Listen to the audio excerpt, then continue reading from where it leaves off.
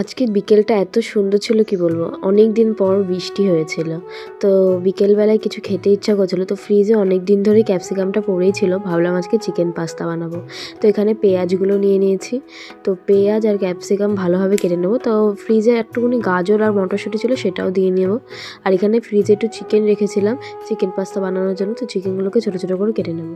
তো এখানে আমি চিকেন আর ডিম দুটোই ব্যবহার করবো। তো এখানে আমি ডিমটাকে ঝুড়ো ঝুড়ো করে ভেজে নিচ্ছি, ভালোভাবে ভেজে নেবে। ভাজা হয়ে গেলে ডিমগুলোকে আমি তুলে রাখবো। এরপর যে চিকেনগুলো আছে তার মধ্যে একটু নুন, হলুদ আর লঙ্কার গুঁড়ো মিশিয়ে ভালোভাবে চিকেনটাকে ভেজে নেব। ভালোভাবে ভাজা হয়ে গেলে এই চিকেনের মধ্যে আমি একটু টমেটো সস অ্যাড করে দেবো, যাতে চিকেনের টেস্টটা আরও বেশি ভালো লাগে। তারপর আর কি ভালোভাবে নাড়াচাড়া করে নেবে।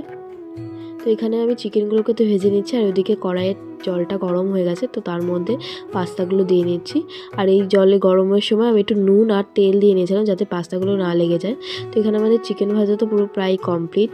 তো চিকেনগুলো তুলে নিয়ে আমি ওই কড়াইয়ে ভালোভাবে তেল দিয়ে সবজিগুলোকে ভেজে নেবো একে একে করে। তো প্রথমে আমি গাজর দিয়ে নিয়েছি, আর তারপর এক একে করে ক্যাপসিকাম, পেঁয়াজ, কড়াইশুঁটি সব একসাথে দিয়ে ভালোভাবে ভেজে নেবে। তারপর এর মধ্যে একটু নুন অ্যাড করে দেবে। তো ভালোভাবে এটা ভেজে নেবে যতক্ষণ একটু সেদ্ধ সেদ্ধ হয়ে যায়, কাঁচা ভাবটা যেন না থাকে।